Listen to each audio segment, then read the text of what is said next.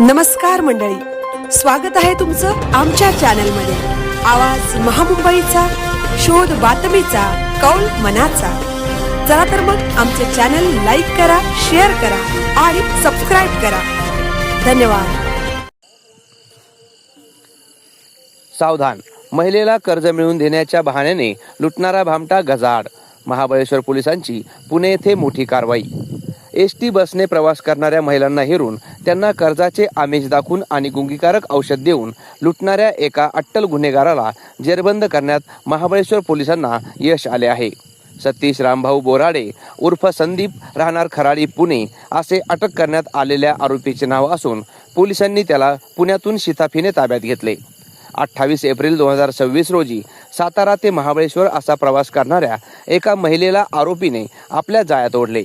तुम्हाला बँकांकडून सहज कर्ज मिळवून देतो असे सांगत त्याने महिलेचा विश्वास संपादन केला। प्रवासादरम्यान संधी साधून आरोपीने पिण्याच्या पाण्यातून गुंगीकारक द्रव्य मिसळून महिलेला दिले।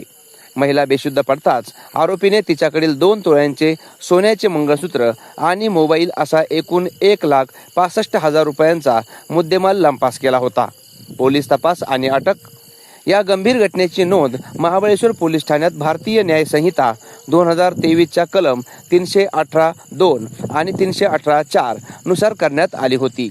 प्रकरणाचे गांभीर्य ओळखून सातारा जिल्हा पोलीस अधीक्षक निखिल पिंगळे, अप्पर पोलीस अधीक्षक सुनील साळुंखे आणि उपविभागीय पोलीस अधिकारी वाई विभाग यांच्या मार्गदर्शनाखाली पोलीस निरीक्षक बापूसाहेब सांडभोळ यांनी तपासासाठी विशेष पथक तयार केले।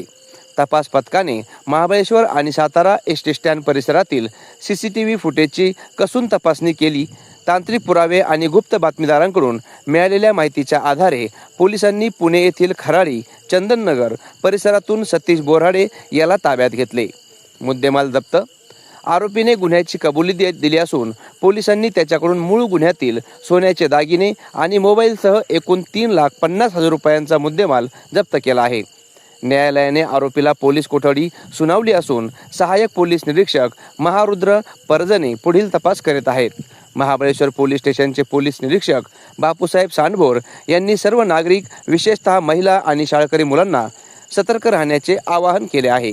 अनोळखी व्यक्तीवर विश्वास ठेवू नका। प्रवासात अनोळखी व्यक्तीने दिलेले कोणतेही खाद्यपदार्थ किंवा पाणी स्वीकारू नका। सुगंधी वस्तूंपासून सावध राहा। कोणीही सेंट किंवा सुगंधी वस्तूंचा वास घेण्यास सांगितल्यास सावध राहा, त्यात गुंगीकारक द्रव्य असू शकते। संशयास्पद व्यक्ती आढळल्यास आणि अशाच प्रकारे फसवणूक झाली असल्यास तात्काळ जवळच्या पोलीस ठाण्याशी किंवा महाबळेश्वर पोलिसांशी संपर्क साधावा।